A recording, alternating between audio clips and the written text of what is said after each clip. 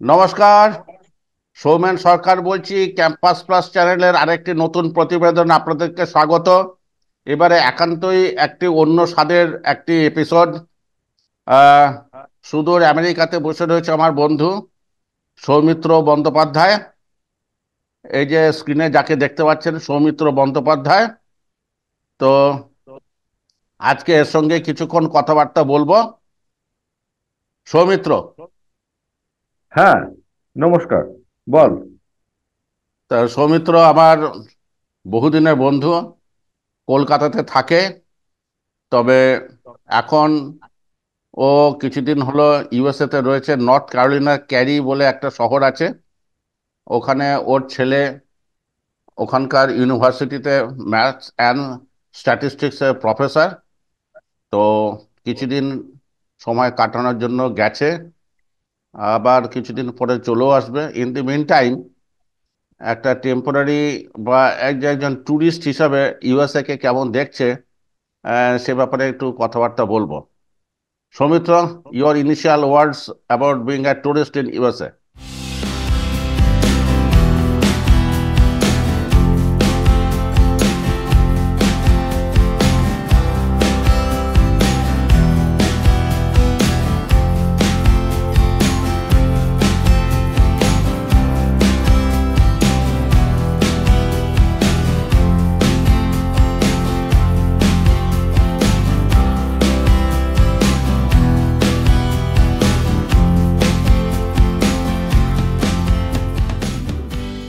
অসম্ভব ভালো লাগে। এখানে রাস্তাতে গাড়ি চড়ে যেতে খুব ভালো লাগে, এবং গাড়িও অত্যন্ত ও, মানে সাবধানে ওরা চালায়। অনেক দূর থেকে যদি দেখে কোনো বাচ্চা আসছে কিংবা কেউ যাচ্ছে, রাস্তা ক্রস করছে, দূর থেকে ওরা থেমে যায়। এই এই সব অ্যাসপেক্ট গুলো থেকে খুবই ভালো, অসম্ভব ভালো এবং ডিসিপ্লিন। এবং ওরা প্রত্যেকটা জায়গায়, যেমন রাস্তায় কোথাও তুমি দাঁড়িয়ে পেচ্ছাপ করতে পারবে না। তুমি যদি কুকুর নিয়ে এইখানকার ম্যাক্সিমাম লোকের আছে, কিন্তু প্রচুর কুকুর আছে, তারা দুটো তিনটে করে কুকুর নিয়ে হাঁটতে বের। এবং কুকুররা যখন রাস্তায় পটি করে, তখন কিন্তু তাদের সেই পটি তুলে নিয়ে প্রপার ডাস্টবিন আছে সেখানে ফেলতে হয়, যেটা আমরা ভাবতেই পারি না ইন্ডিয়া। তো এইসব হুম। নানান কারণে জায়গা তো অত্যন্ত সুন্দর। মানে স্বচ্ছ না ভারতের আসি। যে কনসেপ্ট, স্বচ্ছ ভারতের কনসেপ্টটা স্বচ্ছ আমেরিকাতে গিয়ে দেখতে পাচ্ছ। হ্যাঁ, হুম। তো যাই হোক, একদম। একটু গল্পকারে বলি যে কিভাবে কলকাতার যে ফ্ল্যাট থেকে ইউএসএ তে ছেলের ফ্ল্যাটে কি করে পৌঁছলি, সেই ছোট্ট একটা ডেসক্রিপশন তো আগে শুনি।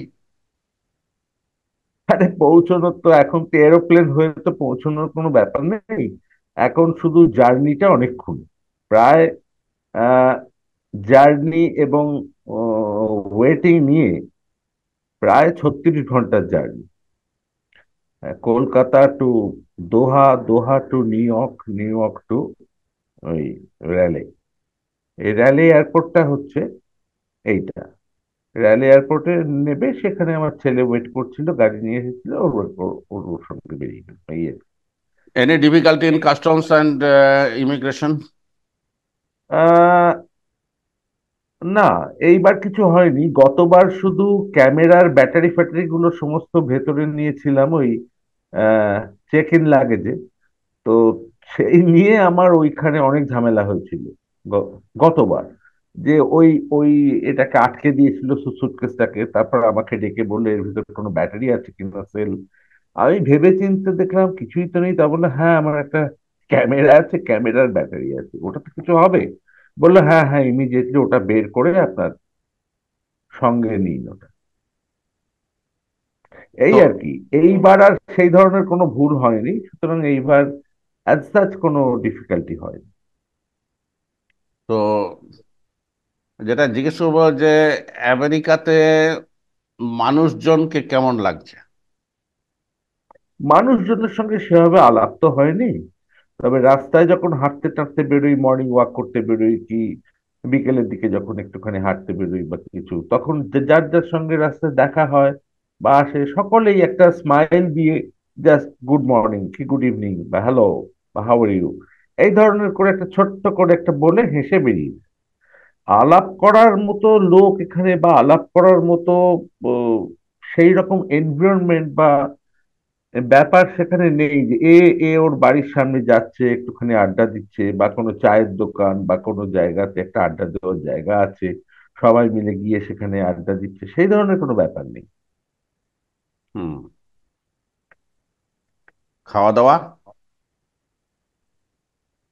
খাওয়া দাওয়া ওইখানে যেরকম তুই ইচ্ছে করলো গেলি, তোর ইচ্ছে মতো মাছ কিনলি, ইচ্ছে মতো সবজি কিনলি, এসে রান্না করলি খেলি, এ ধরনের ব্যাপারটা নেই। এখানে সবজিও তো রবিবার রবিবার করে আসে বিভিন্ন সমস্ত মার্কেটে, সেখানে যেতে হয় সবজি নেওয়ার জন্য। এবং মাছও সবকিছু বোনলেস। ওই তেলাপিয়া জাতীয় একটা মাছ আছে, সেই জিনিসটারই বোনলেস করে সেই জিনিসটা ফিলে হিসেবে বিক্রি হয়। সেই ফিলে এসে কেটে সেই দিয়ে মাছের দরকার, মানে খুব একটা জুত হয় না খেয়ে সেগুলো।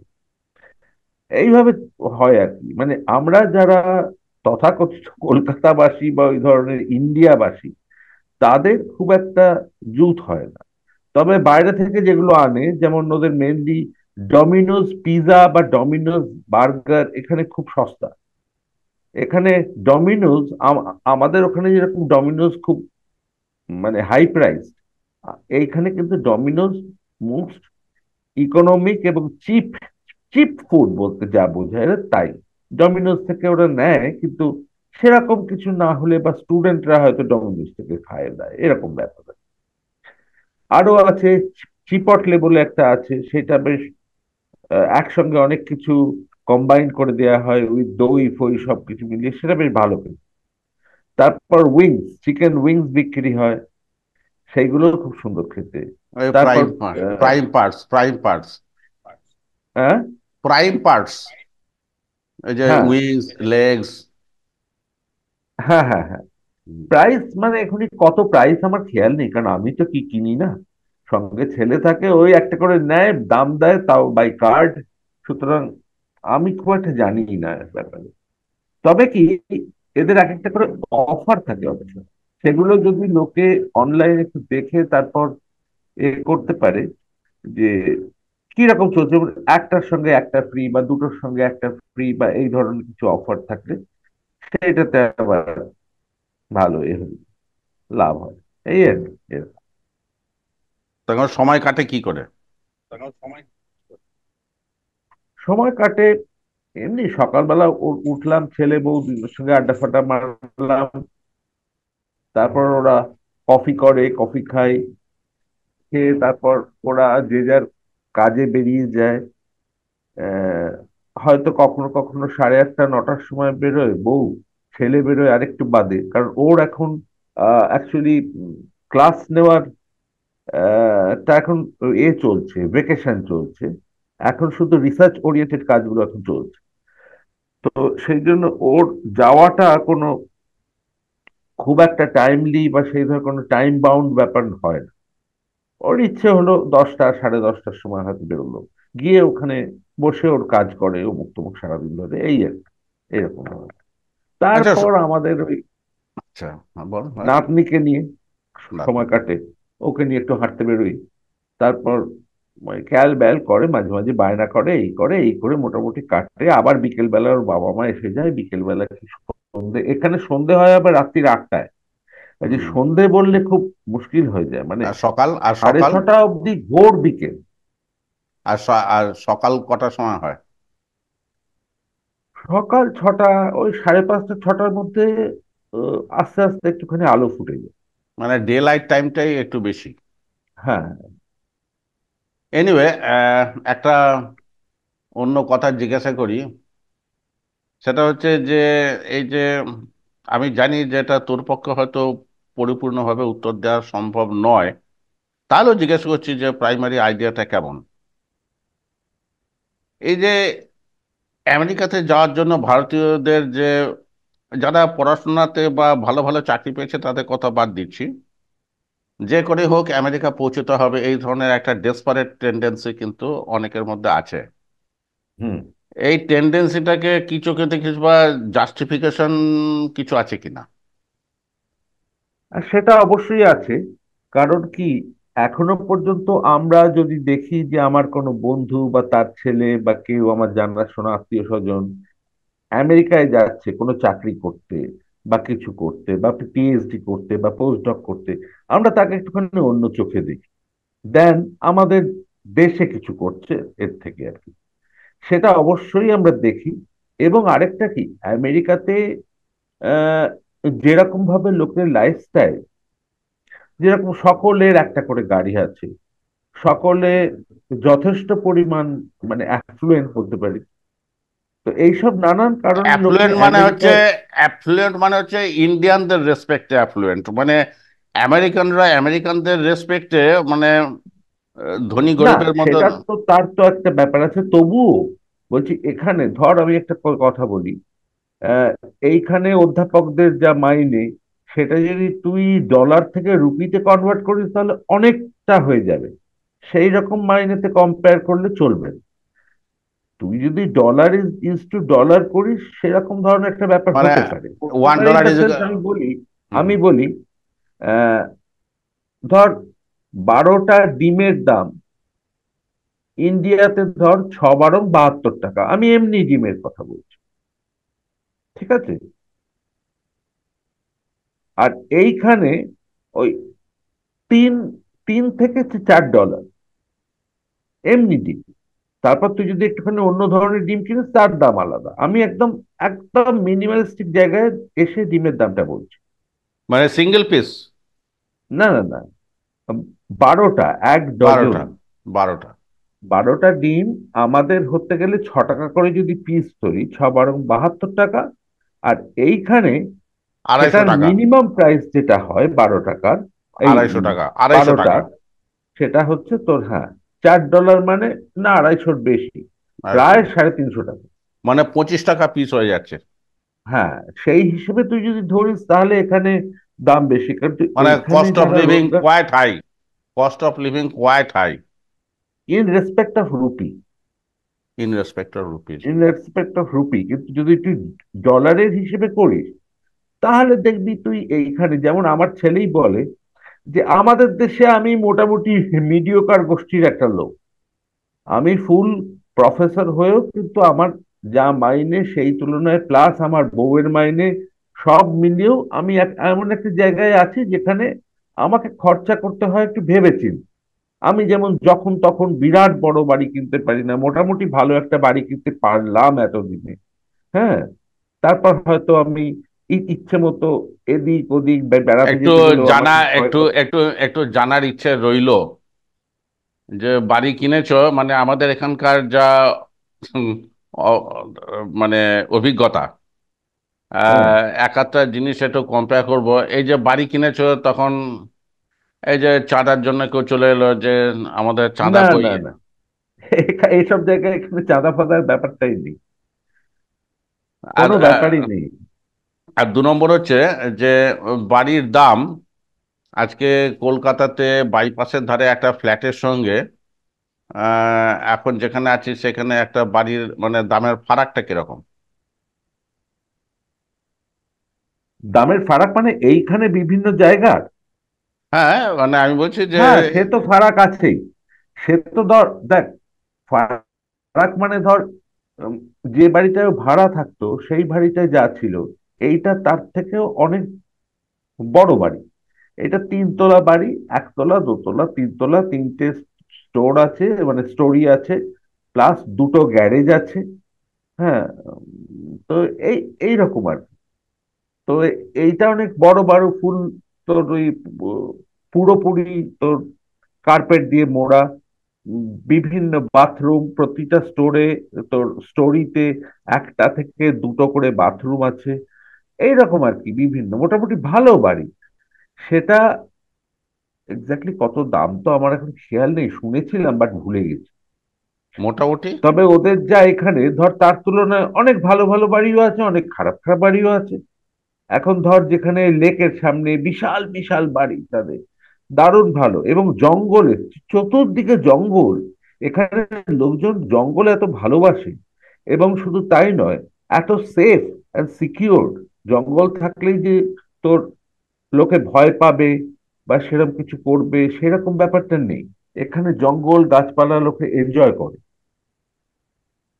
আর তো সেই রকম যাদের ধর, হ্যাঁ বল। গুন্ডাগর্দি বা এই যে না না, এইসব একদমই নেই, গুন্ডাগর্দিও নেই বা একটা ব্যাপার আছে কি, জন্তু জানোয়ারের একটু গভীর জঙ্গলে ভয় আছে, কারণ ভাল্লুক থাকে, কেওটি থাকে, আর তো সব এমনি সাধারণ জন্তু। তো এইগুলোর জন্য মাঝে মাঝে তারা ভাল্লুক বেরিয়ে হয়তো একটু ডিস্টার্ব করে, সেই ব্যাপারে। আর নিজের এতে যদি কেউ যেতে চায়, যে আমি আমার নিজের রিস্কে যাচ্ছি, বা নিজে ধর ফোন করে বুক করলো যে অমুক জায়গায় আমি যাব, একটা এয়ারবিএনবি একটা বুক করলো, অমুক জায়গায় যাব, সেখানে গেল। বা হয়তো আমি জাস্ট একটা টেন্ট টেন্ট করে আমি থাকবো রাত্রির বেলা, টেন্টিং স্পট আমি বুক করলাম ওই রকম জঙ্গলের মধ্যে, সেইগুলো যায় করা। সেখানে একদম সেফ, যত গভীরেই তাদের বাড়ি হোক, যেরকম ব্যাপারই হোক, কিন্তু সব জায়গাতেই খুব সেফ।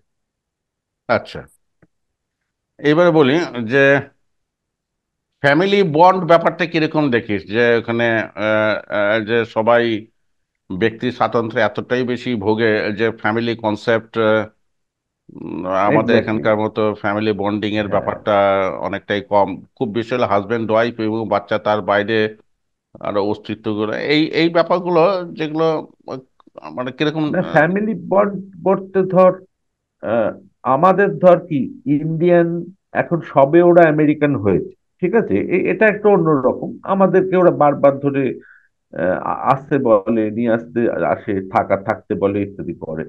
এবং যারা আহ, কি বলবো, আমেরিকান অরিজিন যাদের, একদম একদম মূল থেকে আমেরিকান যারা, তারাও তাদের বাবা মা হয়তো অন্য কোনো একটা শহরে থাকে, সে তোর শিকাগোতে আছে, কিংবা টেক্সাসে আছে, কিংবা নিউ ইয়র্কে আছে, এরকম বিভিন্ন জায়গায় বাবা মা যখন খুশি তাদের বলে জিজ্ঞেস করে আসে, আবার তারা যায়।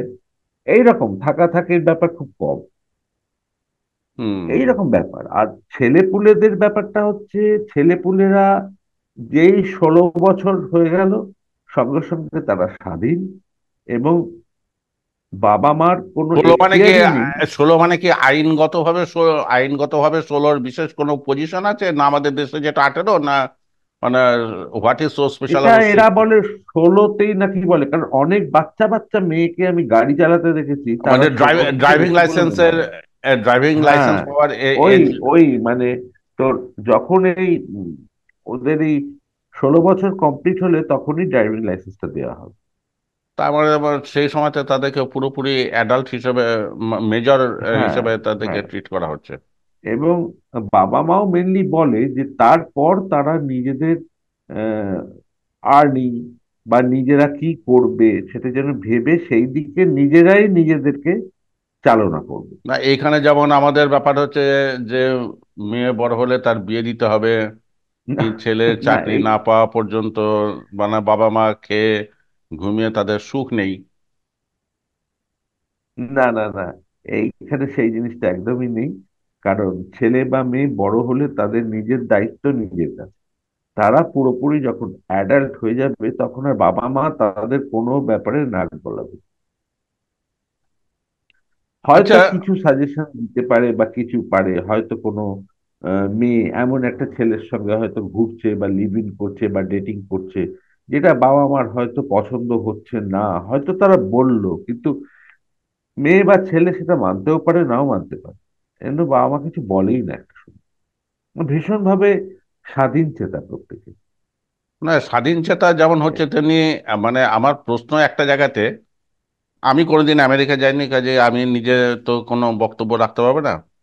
আমার কথা হচ্ছে কি যে এটা এক ধরনের একটা মিনেসিং সিচুয়েশনে নিয়ে যাচ্ছে কি না, যেখানে মানে কি বলবো যে একটা সুন্দর বন্ডিং থাকবে, তারপরে একটা ফ্যামিলি, একটা বস্তু থাকবে, ফ্যামিলিকে সব থেকে ওপরে রাখা হবে, এই ব্যাপারটা মানে আমি বলছি যে how our society and their society differs.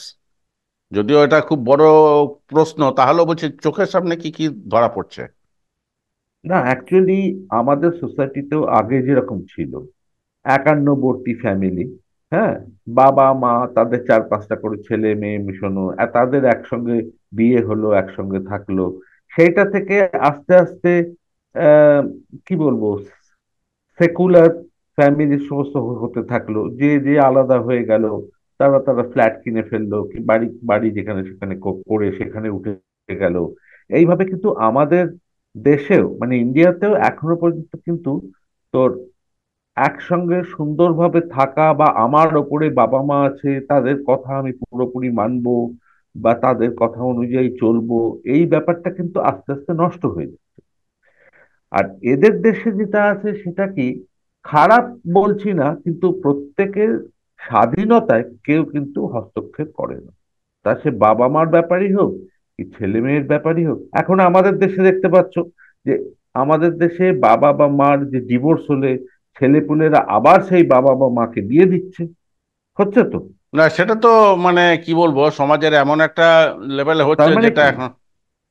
এমন একটা বলে নয়, এটা ওই সোসাইটিতে হচ্ছে, মানে কি ইন্ডিয়ানদের মধ্যেই হচ্ছে। আজকে তোমার আমার মধ্যে হচ্ছে না, কিন্তু ওই সোসাইটির মধ্যে হচ্ছে। মানে এটা কি, আস্তে করে ঢুকে গেছে ব্যাপার। আগে তো ব্যাপারটা হতো হচ্ছে না, পশ্চিমের সমস্ত ঢুকে কিছুই গেছে তো ব্যাপার, ভারতকে গ্রাস করছে, পশ্চিমী গ্রাস সভ্যতা, করছে। পশ্চিমী সংস্কৃতি, পশ্চিমী হ্যাঁ, হ্যাঁ। কর্মসংস্কৃতি সব এবং কিছু। পাশ্চাত্য ব্যাপারটাকে এই প্রাচ্যরা কিন্তু অনুকরণ করছে, করে। এইখানে যেমন শীতের সময়, গতবার যখন এসেছিলাম প্রচন্ড শীত, -12-13-তে নেমে গিয়েছিল। তো তখন রাত্রির বেলা গাড়ি করে ওই কলেজ ক্যাম্পাসে যখন ঘুরছিলাম, দেখছিলাম ছেলে বা মেয়েরা এই ধর 15, 16, 13, 14 এইরকম এজে ছেলে মেয়েরা সমস্ত, মেয়েগুলো তো গায়ে কিচ্ছু নেই, একটা হট প্যান্ট পরা, একটা স্যান্ডো গেঞ্জি পরা, এই সেই বারো রকম, ডিগ্রিতে এই -12 ডিগ্রিতে। এইরকম -12 ডিগ্রিতে ঘুরে বেড়াচ্ছে, হাতে কফি বা এরকম হই হই করে সমস্ত এই ধরনের। মানে এদের এখানে কেউ মানে কি বলবো, পোশাক পরিচ্ছদটা তুই আমি যেমন আসলে আমাদের চোখে একটুখানি অন্যরকম লাগে, এদের কাছে এটা কিছু নয়। হুম। এবং রঙও আমাদের যেরকম থেকে থেকে হয়তো ধর ঝলসে যাচ্ছে এইরকম এতে উত্তাপে, ওদের কিন্তু রং বাই দি ওয়ে, আরেকটা আরেকটা কথা জিজ্ঞাসা যেন করি। লাল হয়ে উঠছে আরো। একটা কথা জিজ্ঞাসা করি, যার হুম। একটা অন্য ধরনের ভ্যালু আছে। এই যে ইউএসএ তে তোর তো মোটামুটি কয়েক ইনস্টলমেন্টে তো প্রায় বছরের কাছাকাছি না হলেও ওরকম থাকা হলো। তো যেটাকে বলে অ্যাপার্থাইড, যে বর্ণ বিদ্বেষের সম্মুখীন কখনো হতে হয়েছে? না, না, না, নট অ্যাট অল। এদের এখানে বর্ণবিদ্বেষটা এখন অত্যন্ত স্ট্রিক্টলি দেখা হচ্ছে। সেই জন্য তুই দেখে থাকবি যে যে কোনো আজকাল ধর ওই কোকো মেলন বা ওই ধরনের কোনো এতে, বা এইখানেও বিভিন্ন জিনিসে ডায়াপার ট্যাপার সবকিছুর ব্যাপারে হোয়াইটদের সঙ্গে যেমন ব্ল্যাকেরও ছবি থাকে, বা ব্ল্যাকও সবসময় থাকে। ওদের এখান থেকে বর্ণবিদ্বেষটা একদম উঠে গেছে।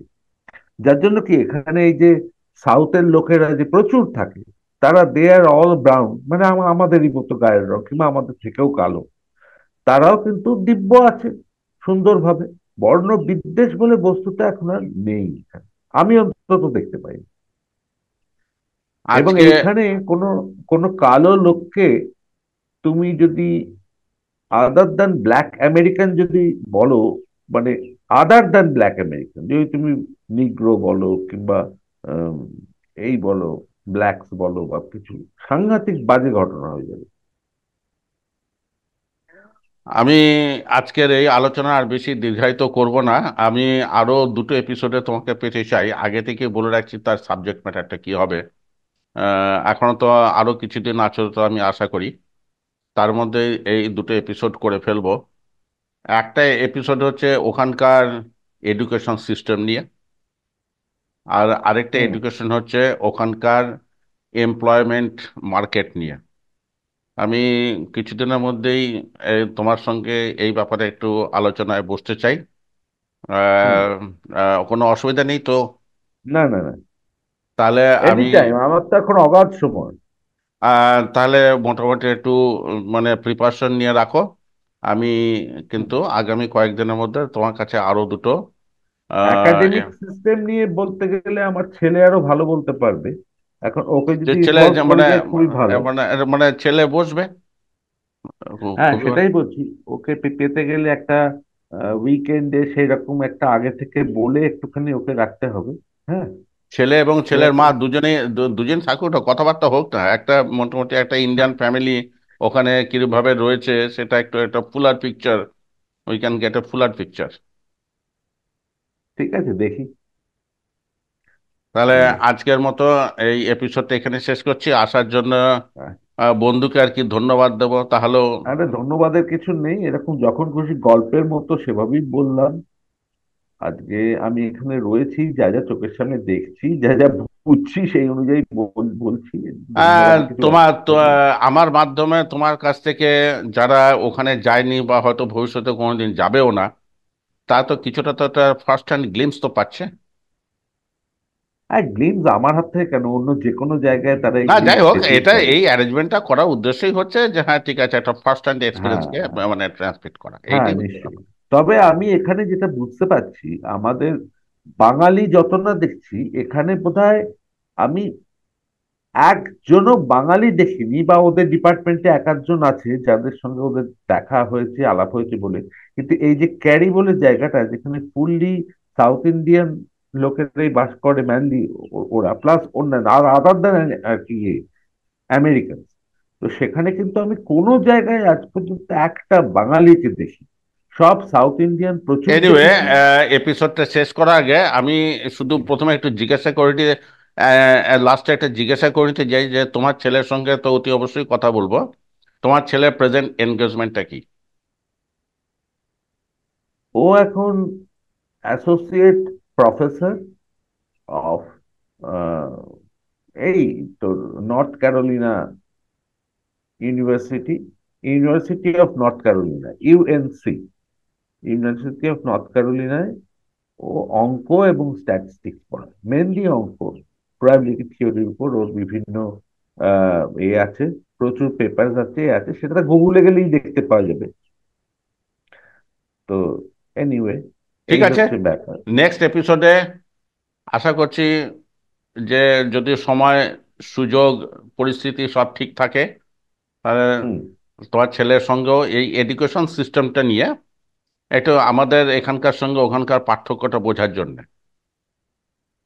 হুম, হুম। তাহলে আজকে আজকে তাহলে কথাবার্তা এখানেই শেষ করি।